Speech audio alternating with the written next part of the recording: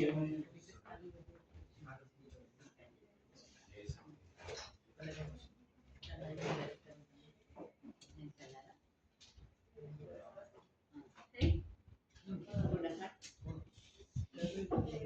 si compras habaneras que no tienen gas,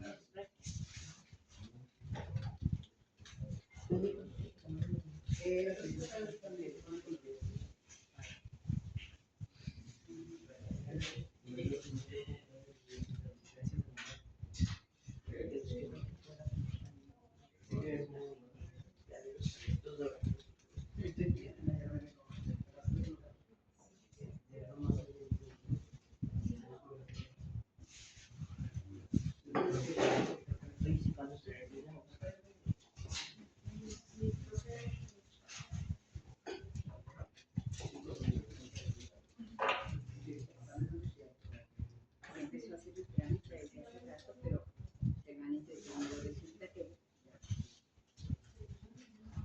el año que estuvo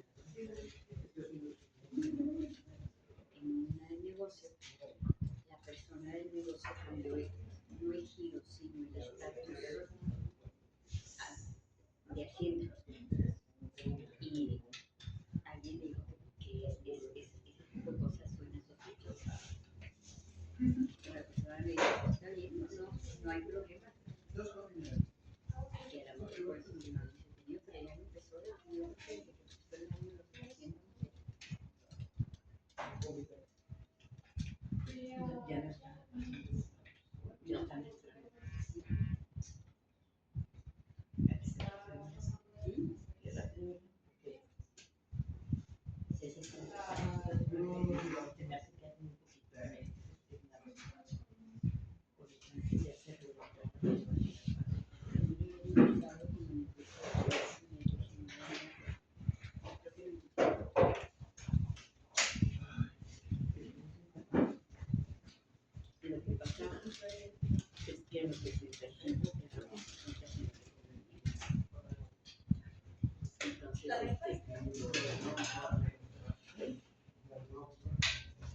Lo que pasa es que lo que se presenta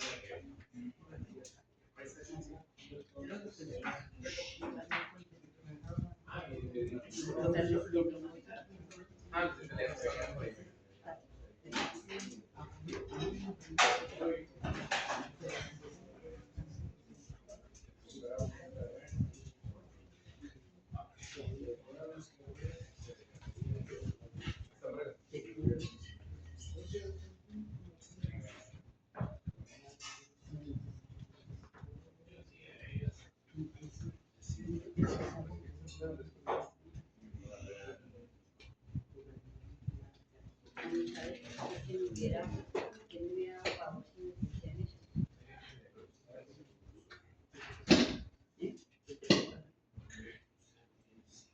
Que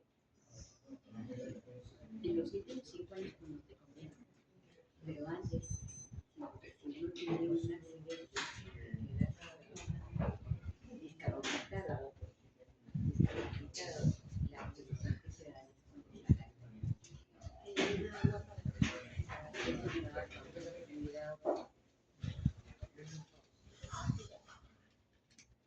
Entonces, es la cifra la otra.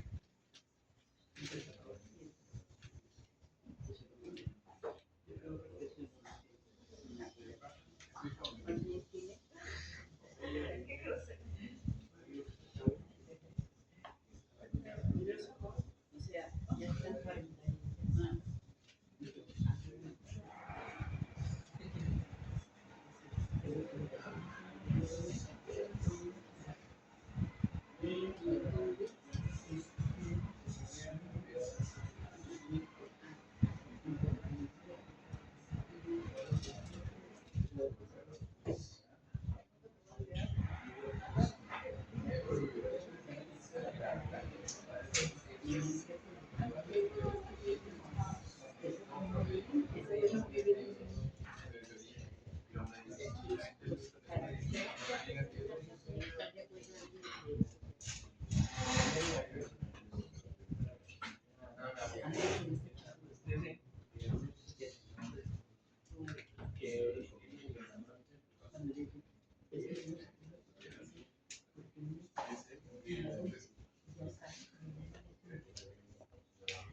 ¿Qué tal? Buenas tardes, ¿cómo están?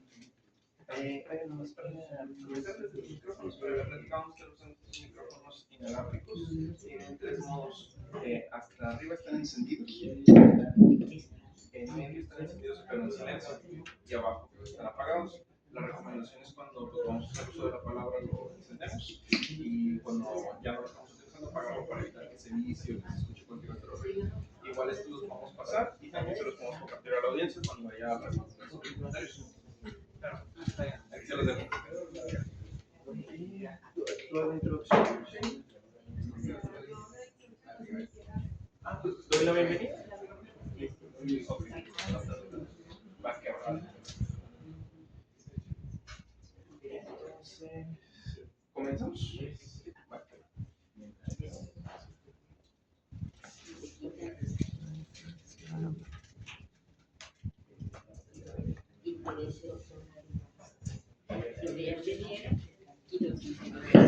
¿Qué tal? Buenas tardes, bienvenidas, bienvenidos a Punto y Coma. Yo soy Jesús Guerra, el director del espacio, y nos complace, como siempre, que nos acompañen el día de hoy para otra edición más de los diálogos de ciencia y sociedad que nos trae el proyecto Prometheus.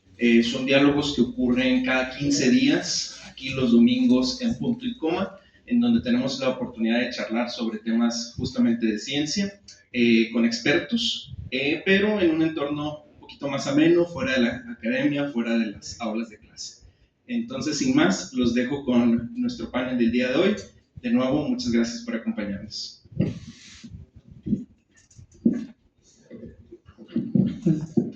Bueno, buenas tardes. Como comentaba Jesús, gracias por asistir a esta 14ª edición de Diálogo Ciencia y Sociedad. El día de hoy el tema es sobre física teórica, que es lo que nadie entiende, lo que está de moda y lo que realmente importa.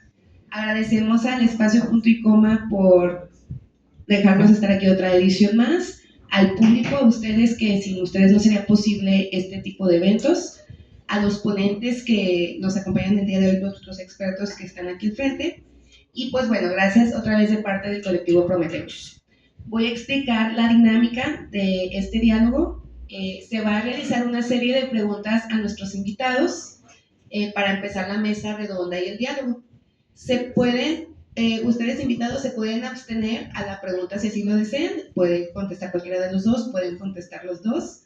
Y bueno, para el público también pueden participar solamente levantando la mano y ya a mi indicación se les pasaría el micrófono. Ya nada más les pediríamos un poco de paciencia si no es de inmediato el paso del micrófono, ¿verdad? Entonces, pues bueno, sobre todo siéntanse con la libertad de participar, público, para que ustedes conozcan a sus científicos locales. Con toda la confianza pueden preguntar cualquier duda y para esto es este diálogo, ¿no? Esta mesa. Entonces, bueno, primero voy a presentar a nuestros ponentes del día de hoy y tenemos aquí a Jordán Santillán. Él es licenciado en física de la UANL y es estudiante de la maestría en ingeniería física del SICFIM de la Facultad de Ciencias Físico-Matemáticas de la UANL. El área en la que él se centra es en fenomenología de física de altas energías, o más comúnmente conocido como física de partículas. Actualmente se encuentra desarrollando una investigación sobre el momento magnético del muón con supersimetría y machine learning. Enseguida tenemos a nuestro otro ponente, que es Jesús Rojas. Él también es licenciado en física, así como también estudió una maestría en ciencias políticas y otra maestría en ingeniería física en la UNL.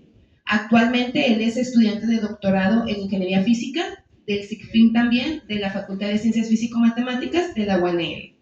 Y su área de investigación es en física de partículas también, en conjunto con física nuclear. Un aplauso a nuestros ponentes, por favor. Bueno, mi nombre es Sheila Cordero. Yo también soy estudiante de doctorado de ingeniería física en el mismo centro de investigación que nuestros ponentes. Y bueno, vamos a comenzar esta serie de preguntas. Bueno, buenas tardes, muchas gracias por venir. La primera pregunta es si nos pudieran explicar de una manera muy sencilla de qué trata su investigación.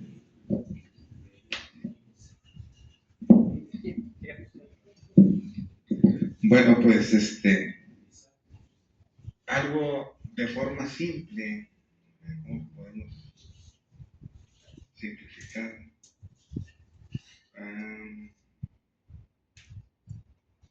Bueno, durante las interacciones entre partículas a nivel subatómico de partículas elementales, nosotros en física de partículas las describimos mediante un tipo de interacciones. O sea, cada vez que, por ejemplo, se ocurre un choque de partículas elementales, dentro del punto de vista de la física teórica se describen como una interacción. Bueno, en esa interacción lo que ocurre es que esas dos partículas, dependiendo de qué tipo de partículas sean, intercambian otra partícula que se le llama portadora de fuerza, partícula portadora de fuerza. Bueno, en lo que estoy trabajando yo es qué pasa durante ese intercambio de las partículas portadoras de fuerza. Usualmente la partícula que se intercambia es una partícula que se le llama partícula virtual. Es una partícula virtual no porque no exista, o sea, en realidad no sabemos si existe o no existe. La teoría nos dice que sí existen, que sí influyen, porque al comparar los resultados de la teoría con los cálculos experimentales, o sea, son muy precisos, eso quiere decir que sí existen, pero pues no las podemos detectar porque usualmente estas interacciones, estas partículas virtuales, ocurren en un tiempo tan rápido que es un tiempo que se llama tiempo de Planck. Si cuando algo ocurre a menor tiempo del tiempo de Planck, o sea, es indetectable, ya de cuenta que en ese lapso de tiempo nada puede ser detectado. Pero los resultados, o más bien la influencia de estas partículas virtuales que se hacen presentes durante las interacciones, influyen a tal nivel que, considerándose dentro de la teoría, se pueden conseguir resultados entre el experimento y las predicciones teóricas que pueden llegar hasta los 16 órdenes de magnitud, o sea, en la precisión, incluyendo las partículas virtuales que suponemos que existen, ¿verdad? Pero en sí, de eso se trata lo que trabajo, en interacciones fundamentales entre partículas, introducir estas en las partículas virtuales dentro de los cálculos analíticos y pues es básicamente lo que hago. ¿Tú, Jordan? Bueno, mi enfoque también pues obviamente es en partículas, pero el video está más orientado a un problema que tiene el modelo estándar, porque, bueno, de una forma simple, resumida, el modelo estándar pues es como una, parecida a la tabla periódica, ¿no? Pero es algo más profundo, algo que compone toda la materia, ¿sí? Bueno, en la teoría que hay ahorita del modelo estándar hay ciertos problemas y uno de ellos está relacionado al muón, ¿sí? El muón tiene una anomalía que pues ya a este punto, ya entre tantas décadas de estudio se sabe que esta anomalía nos da a entender que hay nueva física, ¿sí? Y bueno, lo que yo estoy tratando de hacer con un enfoque algo teórico y no sobre decir si experimental porque es programación, pero es algo así. Lo que yo hago es, mediante una proposición que se hace al modelo estándar que hay ahorita en la literatura y en artículos, se extiende con algo que se llama supersimetría, ¿sí? Y esa supersimetría, pues propone, pues como bien dice, otra simetría relacionada a grupos de simetría, ¿sí? Algo ya más matemático. Y bueno, con base en eso, yo lo que estoy tratando de hacer es contribuir en el sentido de que agregar el término que falta para que ahora sí pues la teoría congenie con el experimento. Y lo hago con programación ahorita. Básicamente para no entrar tanto detalles técnicos, estoy usando redes neuronales para encontrar pues algunas constantes, ¿no? Que tienen que ver relacionadas con la supersimetría. Muchas gracias. Disculpa, para que pueda entrar un poco más en contexto del público, ¿podrías explicar qué es el muón? Bueno, el muón pues es una partícula que se descubrió, si no me equivoco, entre los años 30 y 40. Se empezó a descubrir con unos experimentos y básicamente es una partícula fundamental que está incluida en el modelo estándar.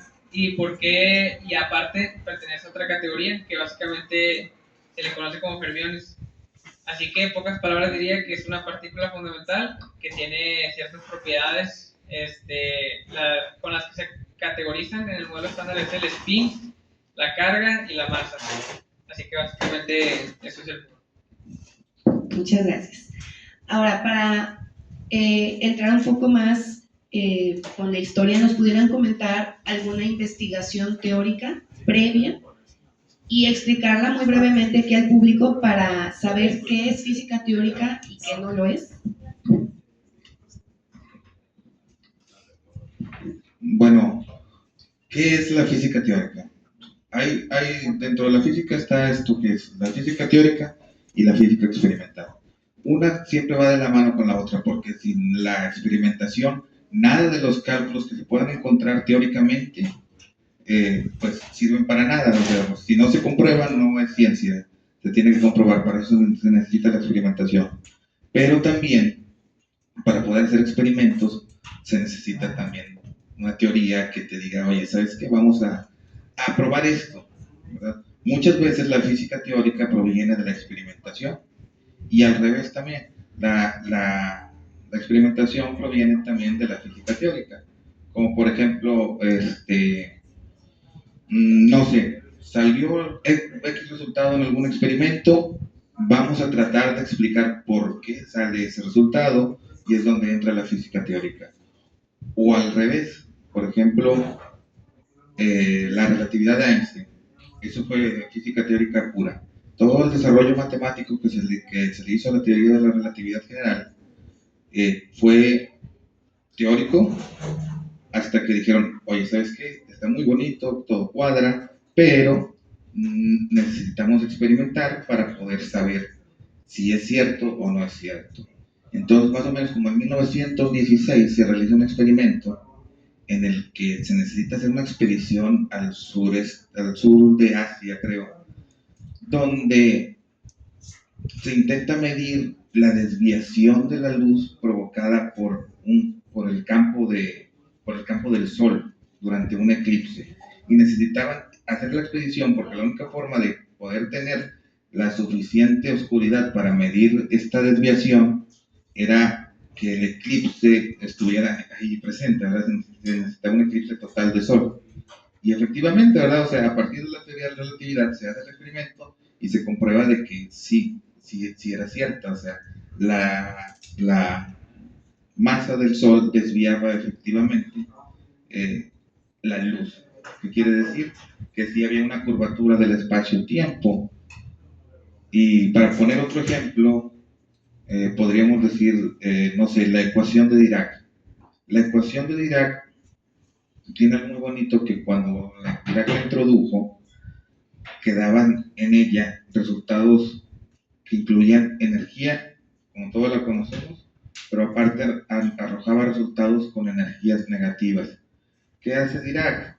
Bueno, Dirac interpreta estos resultados. La energía negativa per se no existe, o sea, nada puede tener energía negativa. Pero ¿qué hace Dirac con esto?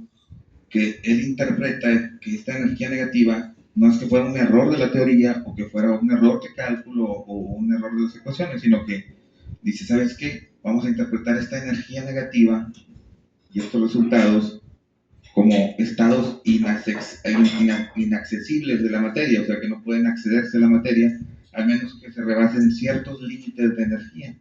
Entonces, rebasando esos ciertos límites de energía, ya son estados accesibles. ¿Y qué pasa? Que resulta que de esa predicción que hace Dirac, de los límites de energía que puso, se predice la existencia del positrón, que es la partícula de antimateria correspondiente al electrón. Pero sale de ahí, o sea, sale de la física de Dirac. Él predijo la existencia de la partícula y no sé qué tantos años después, ya por experimentación, se encontró que sí existía la partícula. Y pues es eso, básicamente la física teórica es todo lo que no se ha experimentado.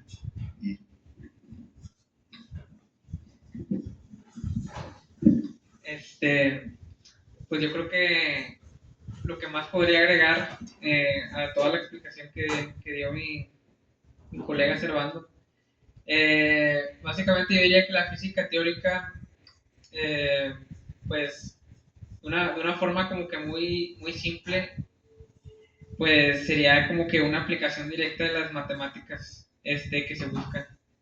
Porque, por ejemplo, todo lo que está detrás de la física siempre son las matemáticas, aunque al principio no parezca, porque yo eso no lo pensaba antes de entrar a estudiar física. Pero todas las cosas que hay en matemáticas siempre, si no es que aún, la mayoría siempre tienen una aplicación, y esa aplicación se va a la física. Y luego la física teórica se va a la física experimental. Así que pues, eso es todo. Ok, muchas gracias. Ahora aquí entra una pregunta como, ¿cómo genera un físico teórico una idea nueva de investigación y cómo eso termina siendo una hipótesis? Bueno, para poder generar una investigación, pues primero tienes que tener un problema, ¿no? Tienes que ver el problema. La otra cosa sería también investigar qué literatura hay sobre el problema, ¿no? Qué cosas se han hecho, qué no se ha hecho. Y sobre eso, cuando ya uno tiene a veces cierto expertise en esa parte, o a veces con ayuda de asesores, pues va proponiendo ideas. Por ejemplo, en la parte de lo que yo estoy en modelo estándar, aunque yo no propuse la simetría, la supersimetría esa ya está propuesta. Esta se empezó a buscar de una forma en la que ya se estaba haciendo toda la física del modelo estándar, porque la física del modelo estándar se hace con algo que se llama grupos de simetría, que es algo de una rama de las matemáticas que se llama teoría de grupos. Así que básicamente lo que quieren hacer es partir de ese principio. O sea, ya hay algo establecido, hay como que una receta y dicen, yo quiero buscar esto de la misma manera, ¿sí? Así que pues indagan el tema, se hacen más literatura, hacen propuestas que sean matemáticamente coherentes, obviamente, y pues se someten a, si se puede, pues a un cierto tipo de experimentación. Yo diría que hay dos formas de generar una idea. Está la forma básica, que es algo que ya existe. Tomas tú, no sé, un artículo de tu área, lo ves y buscas un agregado, buscas algo más que pueda ser distinto. Oye, si dices, ¿y qué tal si implementamos esto, pero de esta manera? Así es como se trabaja usualmente y así es como trabaja casi todo el mundo en todas partes y en todas las ramas de la ciencia, ¿verdad? Pero hay otra forma más bonita, bueno, no más bonita, sino más impresionante, que es cuando se te ocurren ideas de genialidad, como por ejemplo lo de Einstein de la relatividad general, o como por ejemplo, no sé, la mecánica cuántica. Decía Lord Kelvin, decía, cuando él era el presidente de la Royal Society, que ya la física estaba prácticamente completa. Solo quedaban dos problemas que resolver. Una era la radiación del cuerpo negro y la otra, no recuerdo cuál era el otro problema, parece que la transmisión de información de la gravedad, o sea que actuaba instantáneamente.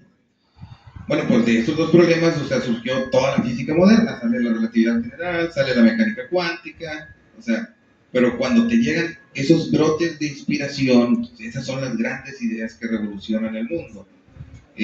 Uno quisiese aspirar a eso, pero son cosas que, no sé, a veces puede ser por suerte, a veces puede ser por genialidad. O sea, pues Newton era por genialidad, Einstein yo creo que fue un poquito más por suerte, porque, o sea, Einstein no era un buen matemático, fue de repente, pum, se ocurrió y ya. Al contrario de Newton era un grandísimo matemático, un inventor del cálculo. Einstein batallaba, se le complicaban las matemáticas. Pero sí, o sea, yo creo que esas ideas, esa forma de generar ideas en las que son cosas que te vienen de la nada, como iluminado, no sé, pues son las que generan grandes teorías y grandes cambios dentro del mundo de la ciencia. Y la otra es la forma más humilde, que es como nosotros trabajamos, que es de lo ya existente, vamos a agarrarlo, vamos a ver qué podemos aportar en eso y vamos a trabajar sobre eso. Y vamos generando pequeños cambios a lo que ya existe. Pero pues lo ideal sería tener grandes ideas, todo, ¿verdad? Pero pues no es tan fácil. Ok, muchas gracias. La siguiente pregunta es, ¿cómo es la metodología de probar esas nuevas ideas de la física teórica y cómo se trabaja?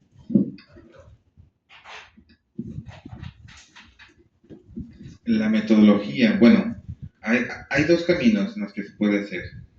Es por ejemplo, estaba leyendo yo el otro día un artículo en el que se menciona que se encontraron estrellas de neutrones, parece ser que eran estrellas de neutrones, que tienen la misma masa, pero distinto radio. O sea, y las dos son estrellas de neutrones.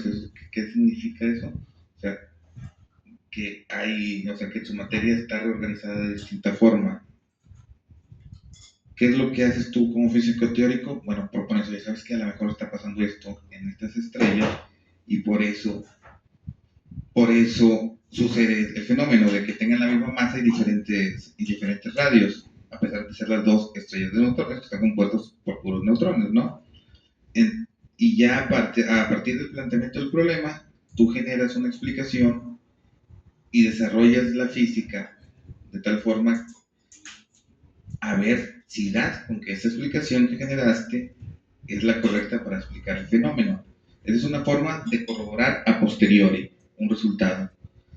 La otra forma de corroborar un resultado que se te genere la física teórica, pues depende mucho del área, o sea, de qué es lo que estés estudiando. Por ejemplo, en la física de partículas es mediante la experimentación directa con aceleradores o ese tipo de cosas. Pero sí, yo creo que depende mucho de tu campo en específico, porque hay ideas que son incomprobables. Por ejemplo, tengo un amigo que trabaja en entropía de agujeros negros. Son cosas que están fuera del alcance de la comprobación experimental, ¿verdad? Pero que no dejan de ser ideas, de todas formas, que tal vez algún día el ser humano tenga la capacidad de generar la experimentación para poder corroborarlas, ¿verdad? No sé si quieres agregar algo, John. Bueno, una forma de poder comprobar estas teorías Retomando lo que acaba de comentar Servando, a veces el ser humano tiene limitaciones tecnológicas, hay cosas que definitivamente aún no se pueden hacer, como cosas de agujeros negros, no puedes experimentar con ese tipo de cosas hasta el momento. Y ahí es donde entra en juego otra cosa que ha revolucionado mucho la ciencia, y yo creo que viene siendo toda el área de la computación, o la física computacional y todo. Bueno, así es la cosa de que a priori tú tienes tu teoría, ¿no? Y pues si sabes que no es posible comprobarla experimentalmente, pues puedes recurrir a una simulación, ¿sí? Simulación, que depende qué tan preciso sea la simulación, porque ahí ya entramos en otro ámbito, en la precisión que hay en las simulaciones, porque hay simulaciones que son muy complicadas de hacer y que tampoco las computadoras de ahorita pueden hacer ninguna, ni la más potente. Pero básicamente tú tienes tu teoría y la llegas a un programa, ¿sí? ¿Y cómo la voy a dar a un programa? Bueno, pues voy a empezar bueno, retomando lo que dije hace rato, yo les dije que la física está escrita en matemáticas. Si tú escribes estas matemáticas en programación, porque obviamente se va a poder, porque la lógica computacional está desarrollada mediante las matemáticas también. Tú escribes las matemáticas en un programa y pues haces una iteración, la iteración tan grande que se pueda para simular muchos casos. Es una forma de experimentación, ¿sí? Y eso diría que es lo más cercano ahorita que tenemos para experimentar con cosas que físicamente no se pueden, así que en lugar de eso, a simular. Ahí me gustaría agregar una cosa sobre la comprobación de las teorías. Que una teoría sea comprobable es muy, muy importante. Hay teorías que revolucionaron hace poco y que revolucionaron mucho la física, como la teoría de cuerdas, en el que se plantea que todo está compuesto por cuerdas supermicroscópicas, y esta teoría, aparte de que es coherente con el modelo estándar, también logra algo que parece imposible, pero que lo hace la teoría, que es por fin asociar la relatividad general con la mecánica cuántica. Son dos teorías que son incompatibles desde cierto punto de vista, pero que la teoría de cuerdas logra hacerlo. ¿Cuál es el problema? Que no hay ninguna evidencia experimental de la teoría de cuerdas. ¿Y qué pasa entonces cuando no hay evidencia experimental? Pues la teoría no te sirve para nada. O sea, si tu teoría no puede hacer predicciones, si tu teoría no se puede comprobar, pues no, es una teoría que empieza a caer en desuso. Hubo un auge a principios de los 2000, a principios de los 90, 95, por ahí, hasta los 2000 y cacho, en que todo el mundo quería estudiar teoría de cuerdas, y teoría de cuerdas luego se convirtió en la teoría M, y luego empezaron a salir cosas como que se necesitaban 11 dimensiones para que la teoría funcionara, y se llega a un extremo desde el punto de vista teórico en el que dicen, ¿sabes qué? O sea, pues está muy bonita la teoría, cuadra y todo, pero ¿de qué sirve si no tiene comprobación experimental? ¿Cómo sabemos si está bien? Pues no lo sabemos, y es cuando mucha gente ya empezó, y la teoría de cuerdas empezó a caer en declive, y ahorita ya casi, pues nadie cree que sea cierta ni que sea comprobable alguna vez. Es nada más como punto. Bien, siguiendo en este tema que estamos, entonces, si una teoría no se puede comprobar, ¿se podría decir que se puede morir esa línea de investigación teórica o que tiene alguna vigencia en las ideas en física teórica? Sí, no, por supuesto, o sea, volvemos a lo mismo, la teoría de cuerdas. Si nunca se va a poder comprobar, ¿para qué sigues trabajando en una teoría que jamás se va a poder comprobar y que jamás va a tener una aplicación? O sea, y entra en un declive, y en el que tal vez los más afalados, los más asociados van a seguir, pero la gente ya va a dejar de interesarse por el campo. Hay otras teorías que cayeron en desuso, por ejemplo, a principios de, ¿qué será? 1900 o finales de 1800, todavía se creía que existía algo que se llamaba éter lunífero, que se consideraba que era el medio por el cual se propagan las ondas de la luz, ¿verdad? Todo el mundo creía que existía este éter y que este éter pues tenía que estar permeando todo el universo, pero pues jamás se llegó a una comprobación de la existencia de este éter, ¿verdad? Y pues prácticamente se llegó a la conclusión de que no existe el éter. Ahora, llegamos ya a la actualidad y surge el problema de la materia oscura y muchos físicos están regresando otra vez a las ideas del éter para tratar de explicar por qué existe la materia oscura, por qué es discordante los cálculos encontrados entre la materia que debe de tener nuestra galaxia contra la materia de luz visible que tenemos, que podemos ver, y se proponen ideas otra vez que traen de regreso teorías que ya se habían descartado porque no habían podido ser comprobadas, ¿verdad? Y está surgiendo una idea por ahí de que el éter podría ser una explicación para esta discordancia entre materia que debería ser y de la materia que vemos. Pero sí, o sea, prácticamente una teoría que si no se comprueba, o sea, pues va a caer en desuso, prácticamente. Bueno, yo quisiera agregar algo a lo que acaba de decir Servando. Yo diría que la teoría puede llegar a morir por varios factores y a veces no necesariamente puede ser porque en realidad esa teoría no sea válida. Porque, por ejemplo, un caso yo creo muy popular es el caso de Boltzmann. En su caso, él estuvo muy cerca de morir la teoría que desarrolló Boltzmann para la física estadística. Pero él estuvo toda su vida buscando cosas que no se podían comprobar y hasta el momento. Y luego él falleció y lo que hizo se comprobó después de su muerte. ¿Sí? Así que pasaban muchas décadas para que eso fuese comprobable. Así que yo diría que va a morir hasta como lo rige el desarrollo tecnológico para experimentar y aparte también pues de la propia naturaleza, ¿no? Porque nosotros nos moldeamos a la naturaleza, no la naturaleza a nosotros. Muchas gracias. Ahora, la siguiente pregunta es una que va más a la curiosidad de la sociedad. Normalmente, pues, si uno piensa en, esta persona es científica y experimental, pues imagina, pues va a su al laboratorio y hacen, no sé, equipo de laboratorio, instrumentos, bla, bla. Y aquí tiene la sociedad la pregunta de, ¿y qué hace un físico teórico día a día? Es una curiosidad, pues, más de currículum general.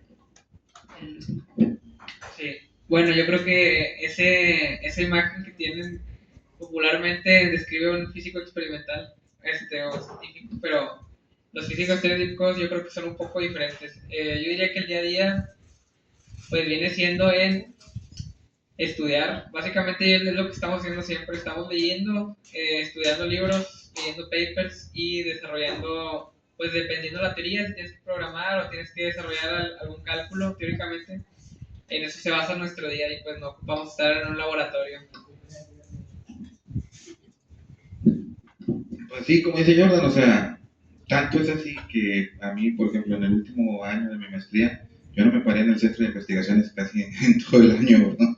¿Por qué? Porque no lo ocupaba, porque, o sea, vas al centro de investigación, pues a los laboratorios, ¿verdad? Pero pues como yo era teórico, pues desde mi casa estaba escribiendo y desarrollando las ecuaciones y todo. Pero sí, o sea, lo que haces es estar trabajando en lo que te gusta hacer, y pueden ser cientos, literalmente. O sea, yo para escribir mi tesis de maestría fueron cientos y cientos y cientos de hojas con ecuaciones, que al último no sabes ni cuál hoja es cuál, y de repente buscando se te pierden, y a veces ni le entiendes a tu propia letra. O sea, es bonito, sí, pero pues eso es lo que hacemos, o sea, estar sentados escribiendo prácticamente, o leyendo, o buscando en internet, o programando, pero nada más. Ok. La siguiente pregunta va más hacia el impacto social de la física teórica y dice lo siguiente. ¿Tiene aplicabilidad en otras áreas científicas o sociales el conocimiento que genera? Por supuesto que sí, o sea, vamos a empezar por ejemplo con la física de partículas. Cuando se encontró la antimateria, dirías tú, pues, ¿en qué podemos aplicar la antimateria, verdad? O sea, pero no, resulta que la física médica la aplica antimateria. Hay hospitales que tienen aceleradores, pequeños ciclotrones que aceleran partículas y crean antimateria, que se usa esa antimateria como marcadores para detectar como partículas trazadoras dentro del cuerpo, para detectar tumores o cierto tipo de células, perdón. Y pues no solo eso, o sea, vamos a ir, por ejemplo, a, no sé, la relatividad. La relatividad, la precisión de los GPS es una aplicación directa de la relatividad. Si nos vamos, no sé, ¿a qué otra área, Jordan? No, nano experimental, de física teórica. Bueno, sí, muchas cosas se aplican en nano, pero ya sería como que experimental, sería como que la parte experimental. Pero del día a día, o sea, prácticamente todo lo que tenemos ha sido desarrollado por la física teórica. Vamos a poner, por ejemplo, toda la teoría electromagnética que desarrolló Maxwell a partir de los trabajos de Faraday y de Gauss. O sea, todos esos trabajos y todo el desarrollo de la teoría electromagnética fue teórico, fue física teórica. Las ecuaciones de Maxwell son física teórica. ¿Qué aplicaciones tienen? Pues tienen las aplicaciones de los motores, tienen aplicaciones de todo lo que sea eléctrico, es una aplicación de la teoría electromagnética. Y así hay mil ejemplos, o sea, por ejemplo, la física, hay un aparato que sirve para escanear el cuerpo por capas, o sea, no me acuerdo cómo se llama en los hospitales. La resonancia electromagnética y el tomógrafo son aplicaciones también directas de la física de partículas. Y pues ahorita no se me ocurre más, pero o sea, prácticamente cualquier desarrollo tecnológico siempre fue precedido por física teórica.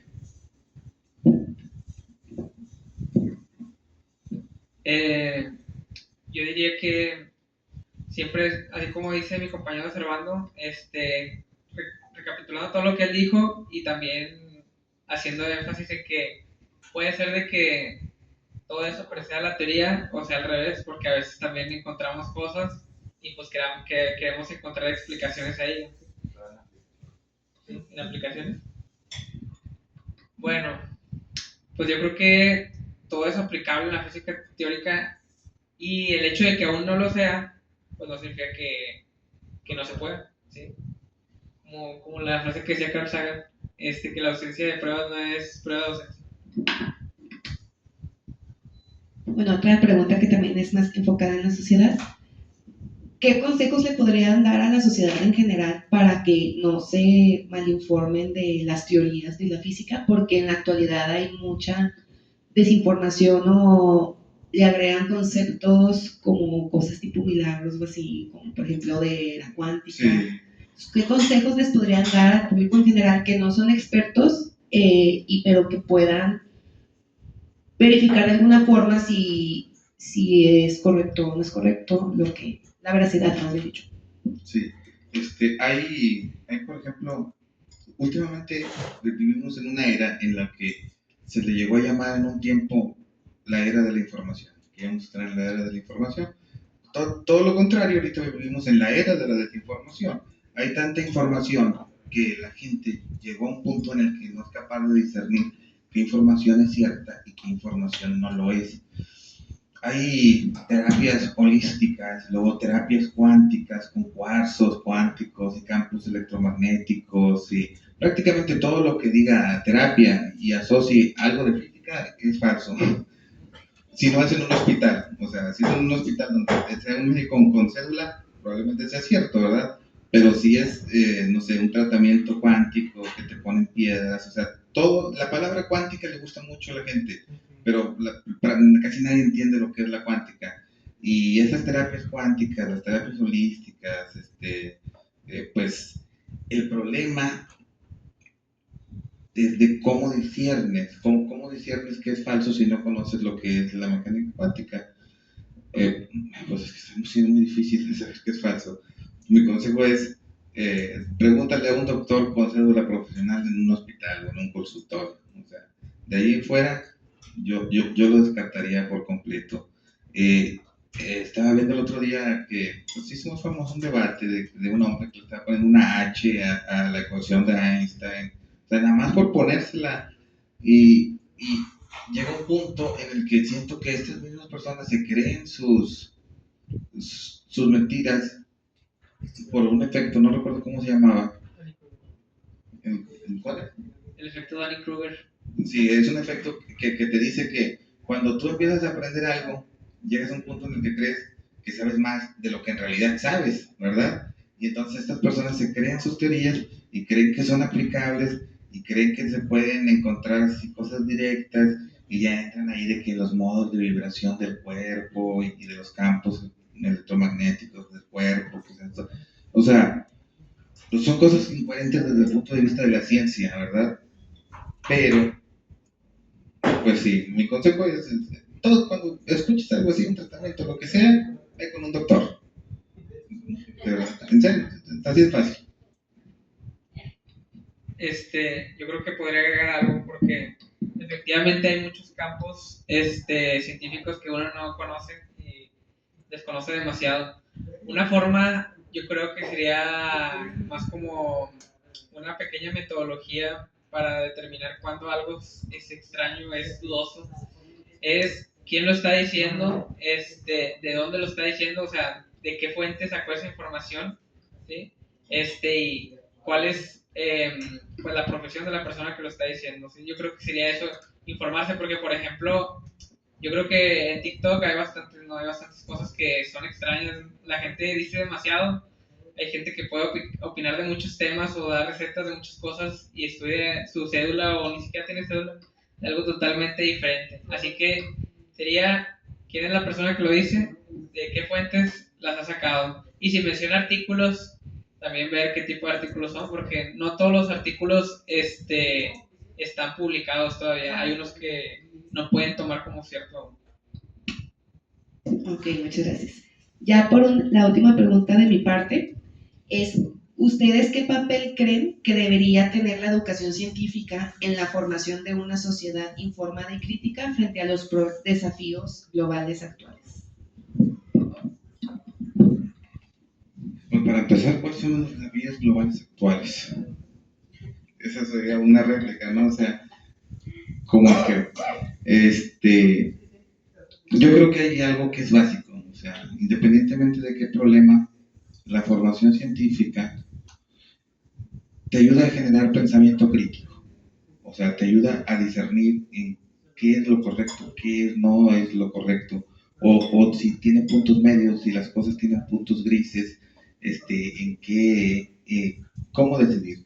A nosotros nos dijo un maestro cuando estudiamos la carrera de física, me dijo, un físico básicamente es alguien que sabe resolver problemas. ¿Por qué? Porque desarrollas esa capacidad de deducción, de decir, oye, ¿sabes qué? Esto está bien o está mal. Si está mal, ¿por qué? ¿Por qué? O sea, ¿por qué?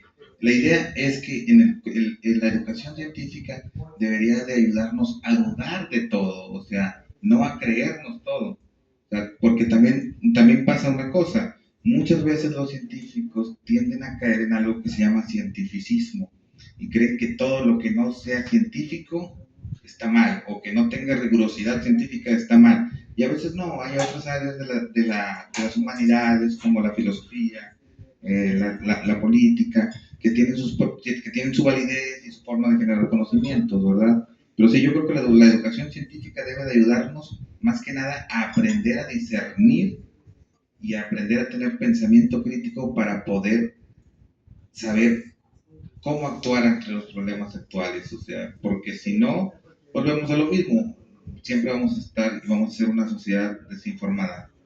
Desgraciadamente, lo que se ha visto y la tendencia es que, por ejemplo, en México se ha reducido, no sé, la cantidad de matemáticas que se les enseñan a los niños en las primarias y en las secundarias. ¿Por qué pareciera esto grave? O sea, pues porque las matemáticas no están ahí para hacer que los niños se quiebren la cabeza, sino que están ahí para que desarrollen su pensamiento cognitivo, o sea, para que se enseñen a deducir, para que se enseñen a resolver problemas que no solo son aplicables a la misma matemática, sino que son aplicables a la propia vida. O sea, encuentra la variable, encuentra la raíz del problema y trata de proponer soluciones para así, o sea, cambiar, de erradicar el problema, ¿verdad? Pero pues, vista la tendencia, no creo que esto vaya para bien. Pero bueno. Yo para agregar un poco de lo que dijo mi compañero Servando, lo que yo diría que es importante de la educación científica en la comunidad, aparte de que si hay que tengan pensamiento crítico, es que detrás de todo eso de las mates hay un razonamiento lógico, ¿no? Y un razonamiento inductivo, un razonamiento de falsacionismo y todas esas cosas, aunque ahorita ya no se hacen tanto, muchas de las cosas de la ciencia y la matemática vienen de la filosofía, ¿sí?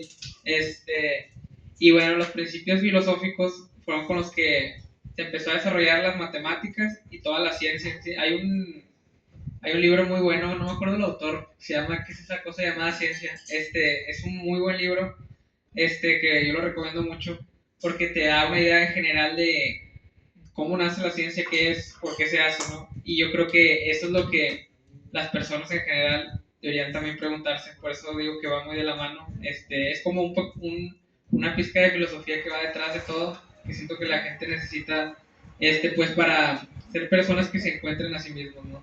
Sí, y desarrollarse más íntegramente, y pues eso va a hacer que, yo pienso, que pueda hacer que la sociedad tenga un enfoque más optimizado, ¿no?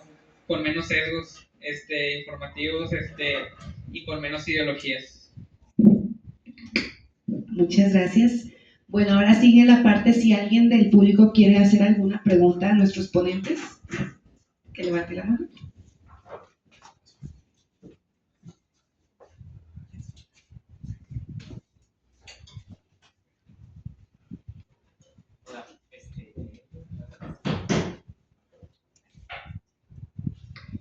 Hola.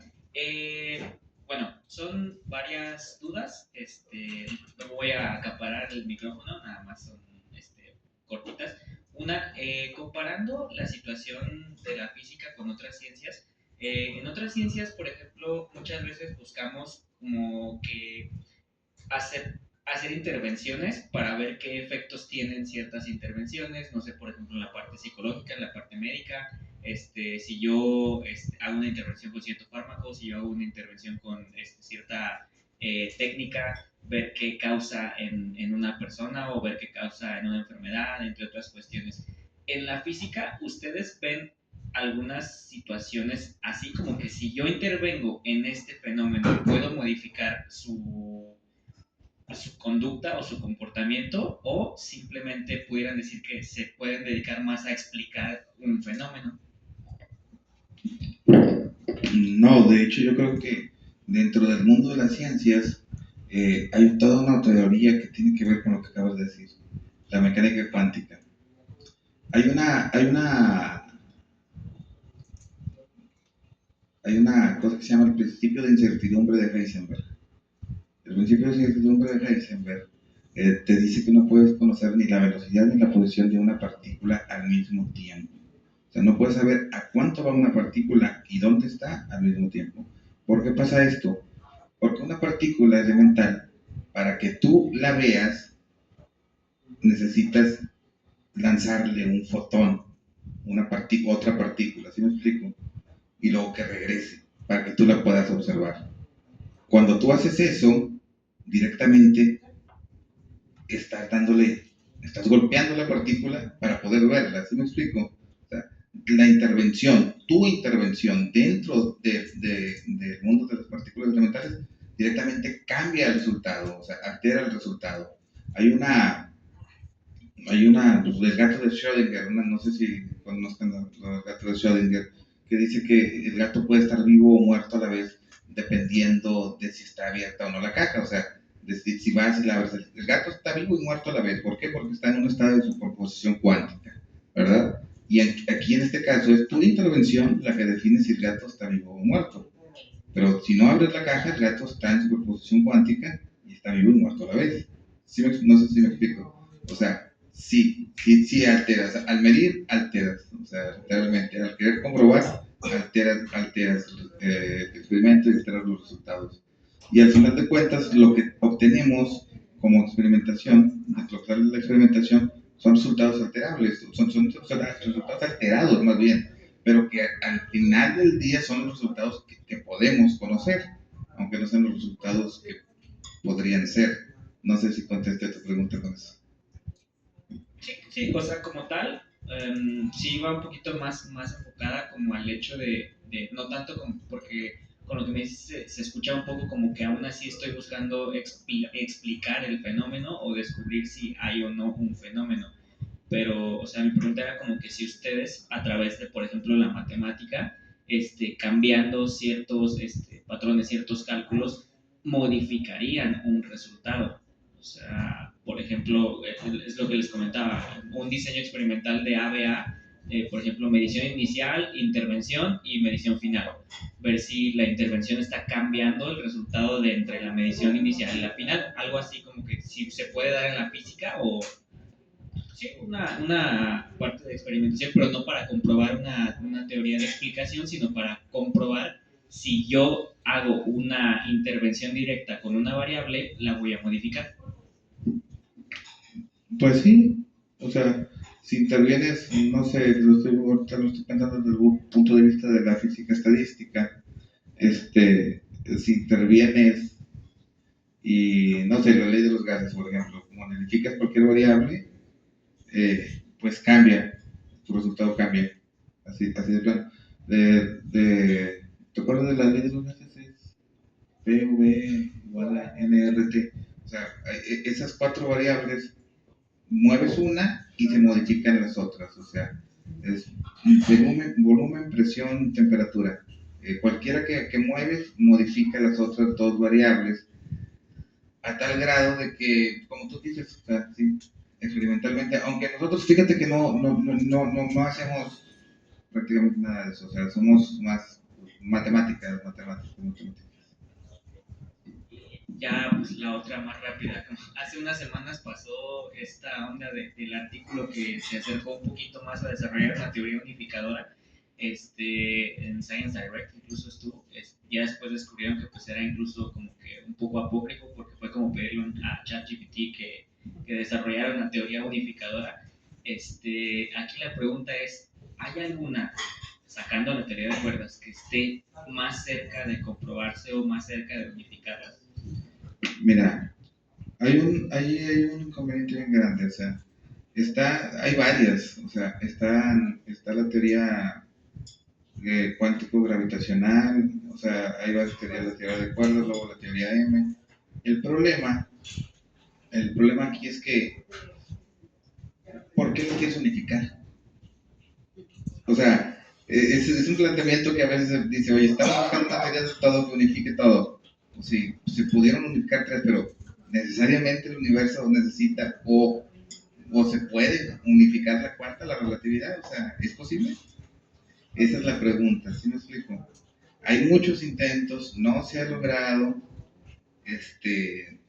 yo siento que estamos a años luz de que se logre, estamos muy lejos de que se logre, pero primero que nada la pregunta a plantearse es, ¿se puede? O sea, ¿se puede unificar la mecánica cuántica con la relatividad? O sea, es algo que todavía ni siquiera, esa pregunta no se puede resolver, o sea, a lo mejor no se puede. A lo mejor nosotros quisiéramos que el mundo fuera como es la matemática, ¿verdad? Que la matemática es muy bonita y nos gustaría que la relatividad se unificara como se unificó el electromagnetismo con la fuerza nuclear fuerte y con la fuerza nuclear débil y que también se unificara la gravedad. Pero, ¿y si el mundo no es así? O sea, si el mundo dice, no, pues la gravedad parte ya. O sea, ¿por qué? Porque tenemos que unificarla. Ese es el principal punto. Y ya después dicen, no, pues vamos a intentarlo. Bueno, pues, intentémoslo, ¿verdad? Y pues hasta ahorita pues, no ha habido resultados, ¿verdad? Pero pues toca trabajar con lo que hay, ¿verdad? Hay gente que está trabajando en eso. Y pues si sale, pues sale. Pero si no sale, pues no sale. Y a lo mejor no se puede, a lo mejor nunca se va a poder. No sé si eso contesta tu pregunta.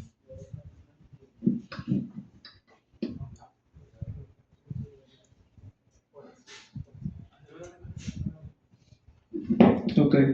Yo tengo una duda que tiene mucho tiempo me gusta mucho estudiar sobre agujeros negros, pero me surgió una duda muy interesante sobre uno de los estados de la materia, es la materia neutrónica, que pues, se encuentra en las estrellas de neutrones por los efectos que pasan, ¿no?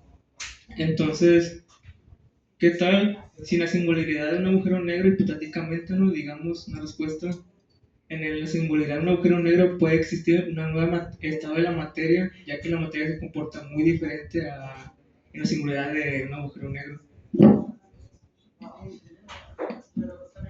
Voy a tratar de responder esta pregunta de tal forma que quede bien claro.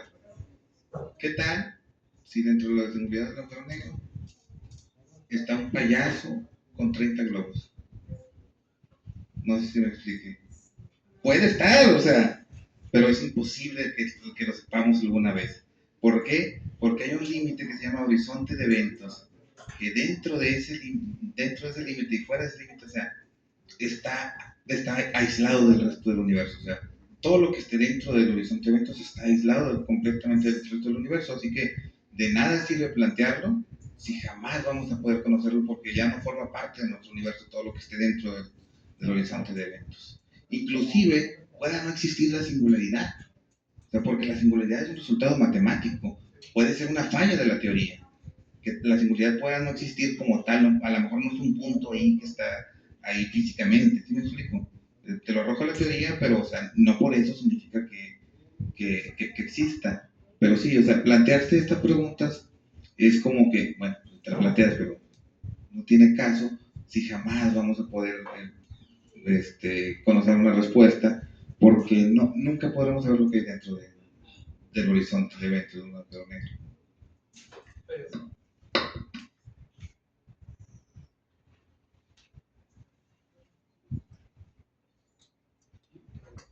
Hola.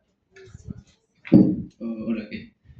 Dentro de la investigación que tú me comentabas aquí al grupo sobre qué estabas investigando, mencionaste a los muones.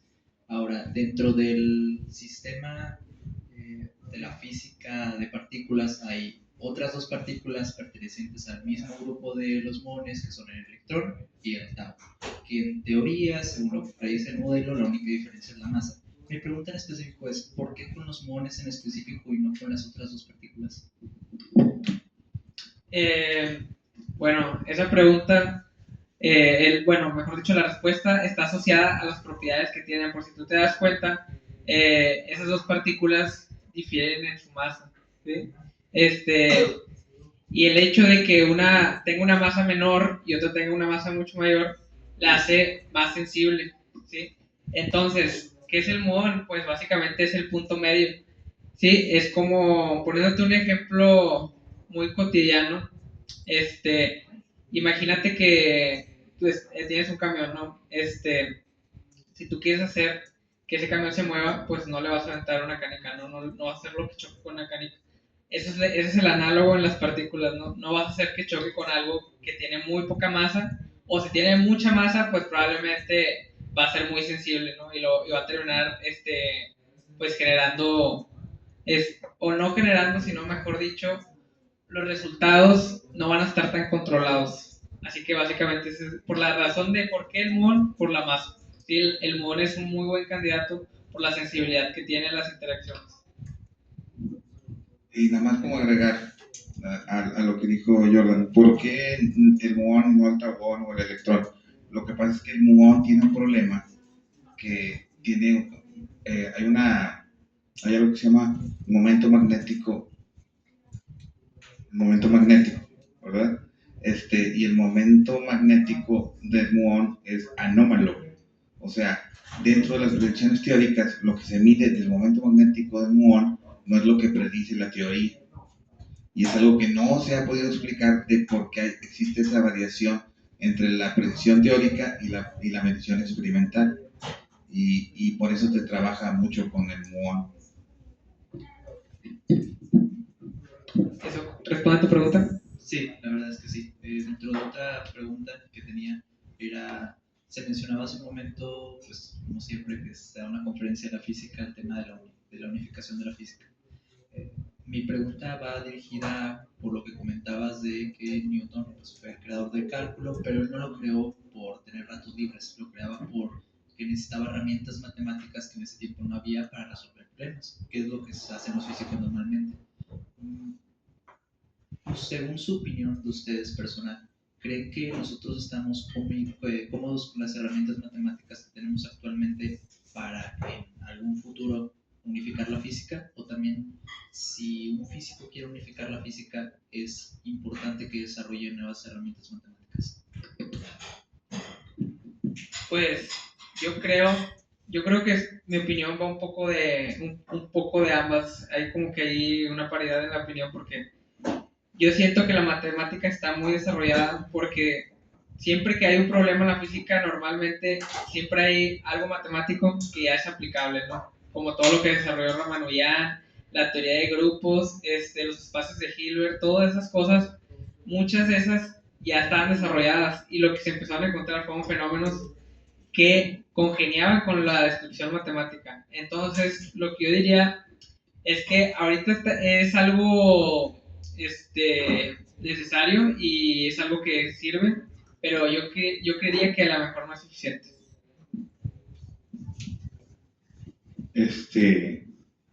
El desarrollar nuevas matemáticas,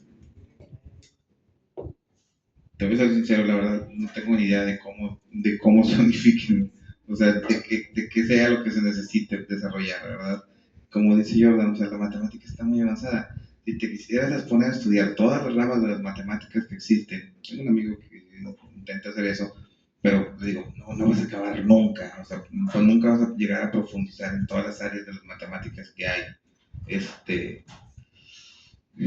Y volvemos a lo mismo, es como que a lo mejor no se pueden unificar las teorías. ¿Sí me explico? Lo que sí sabemos, por ejemplo, de las matemáticas, es que hay cosas matemáticas que no se pueden conocer.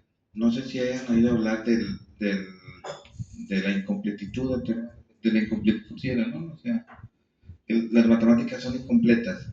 Son incompletas en el sentido de que hay postulados, hay teoremas que se pueden hacer, que existen, pero que pueden, y más bien que no que puedan, sino que no son demostrables. O sea, hay axiomas matemáticos que te dicen que no se pueden conocer, aunque fuesen verdaderos, no se pueden conocer. Es el principio de la, ¿cómo se llama? El teorema de la incompletitud de las matemáticas. Las matemáticas son incompletas a ese grado. O sea, ahí partimos ya desde un punto en el que inclusive las mismas matemáticas tienen una estructura lógica que falla en ese sentido. O sea, en que hay cosas de las matemáticas que son reales, pero que son indemostrables. ¿Me explico? Que jamás se van a poder demostrar. Y esto no es algo de que, no, tal vez yo sí lo pueda demostrar, no, es algo que ya está demostrado que jamás se va a poder demostrar. Hay un video muy bueno que es de un canal que se llama Veritasium, que habla un poquito sobre estos teoremas de la incompletitud pero bueno, la pregunta es, desarrollar nueva matemática, supongo que se está haciendo investigación en matemática, pero los físicos usan las matemáticas muy a su conveniencia. A veces ni siquiera desarrollamos matemática, o sea, a veces violamos a la matemática restando infinitos, sumando infinitos, cosas que a priori a los matemáticos les molesta mucho, pero que nosotros hacemos y que resulta que funcionan. O sea, para el físico la matemática es una herramienta. Y ahorita el desarrollo de las matemáticas es algo ya demasiado complejo. O sea, si te pones a desarrollar matemática para desarrollar física, pues no vas a acabar nunca. O sea, tienes que usarlo. Yo digo que si quieres aplicar y avanzar en física, tienes que usar lo que hay. Si necesitas algo, pues lo investigas, lo desarrollas, pero sí, eso tiene que ir saliendo dentro de tu desarrollo físico. No sé si me expliques. O sea, si tú estás haciendo algo y ves que algo falta, pues ahí tú lo vas agregando. No es como que, voy a desarrollar un área de matemática para intentar desarrollar. No, es algo que se va presentando por casos, de caso en caso.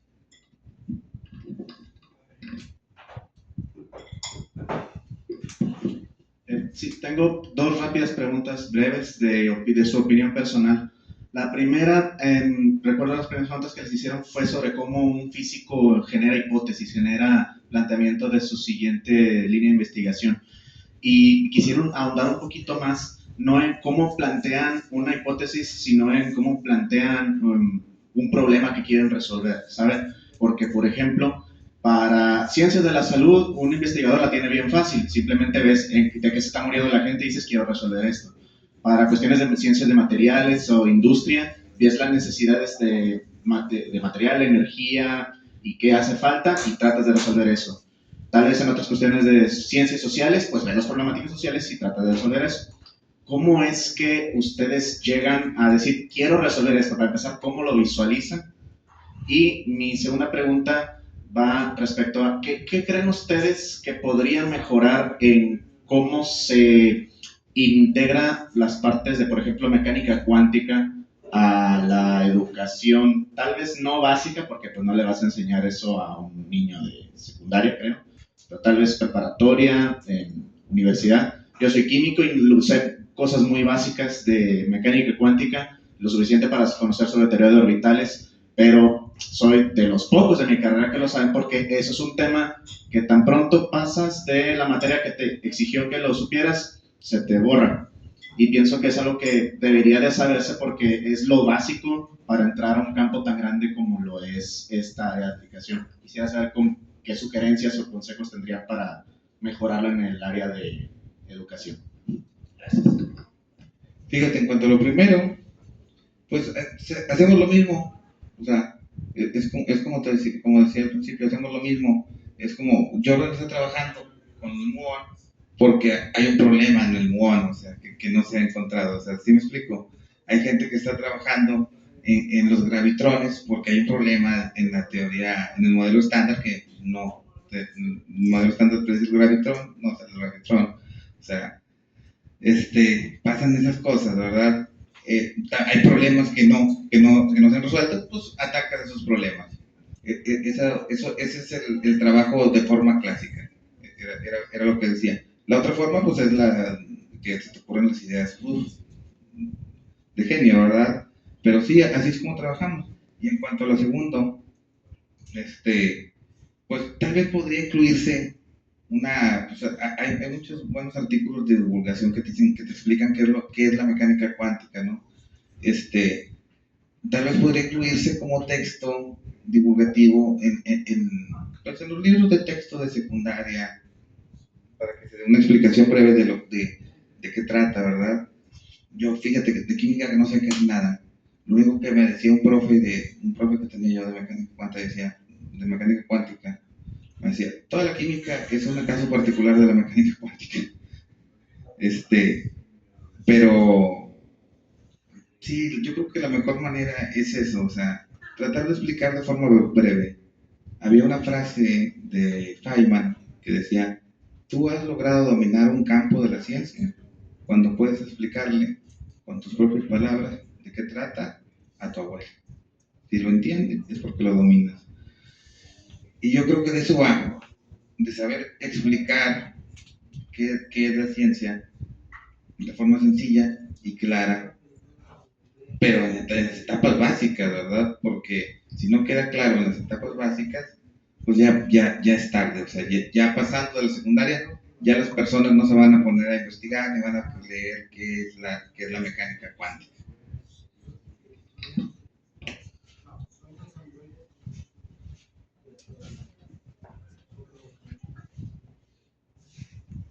Bueno, ya no hay más preguntas del público, ya se resolvieron todas y pues les agradecería que diéramos un fuerte aplauso a nuestros ponentes.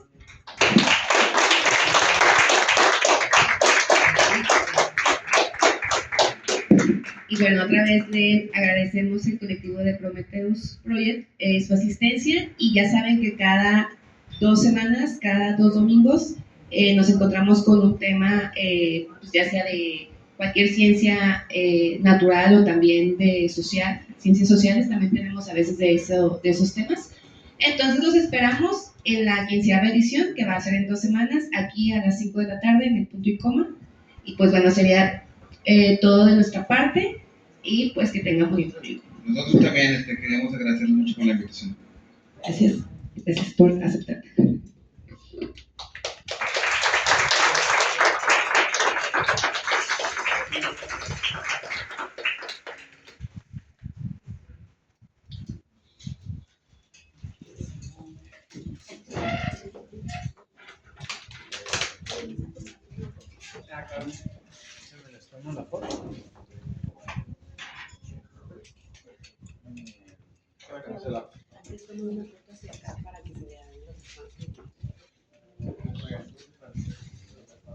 A todos. Sonríen. Bien. Es que no me alcanza la cama. Listo. Gracias. Ok. ¿Cómo se la pasaron? Bien, bien.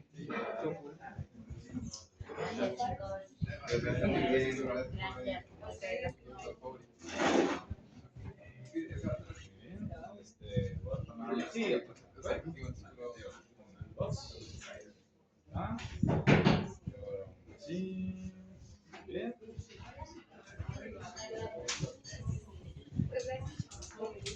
Gracias.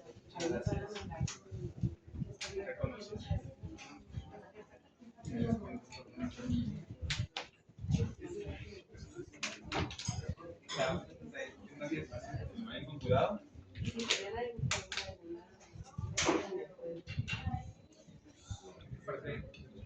Mañana nos vemos, Sheila. ¿Conoces a Maleni, verdad? Ah, sí. Digo, antes se me acuerdo amigo. Ah, pues me dijo que te mandaba saludos. Ah, no, no, no. Igual. Ah, bueno, está bien. Pero no, pues que yo también se lo claro.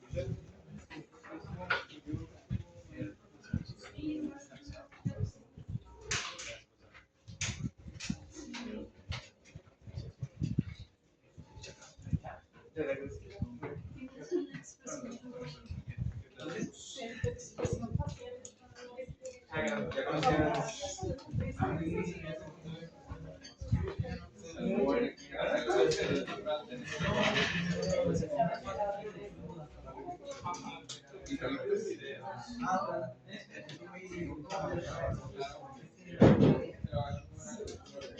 Ah, clásico.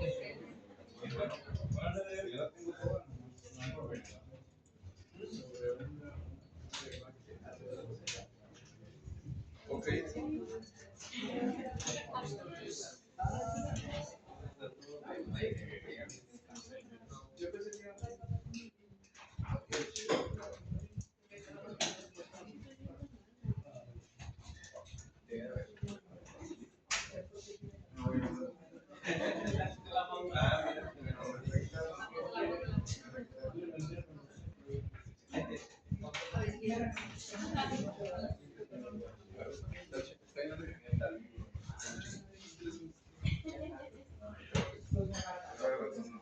Para nosotros que somos libreros.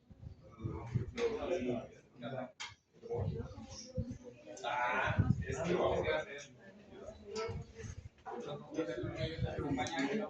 No, yo creo que le damos una pasadita también con algún paño húmedo. Sí.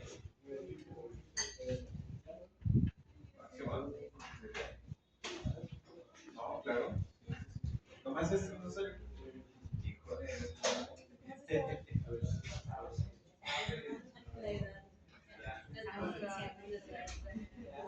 Pero está bien. Oye, está bien, tranquilo. ¿Te los quieres llevar? Si caben en el taxi, te los llevamos. Si no, te los guardamos. Ya estamos haciendo el guardadito.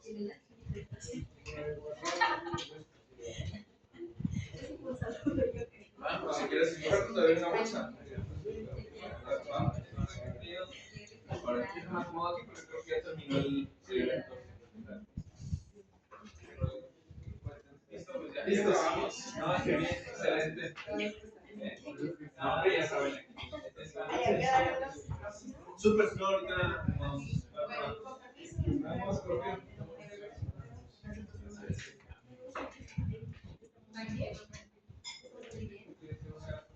Sobre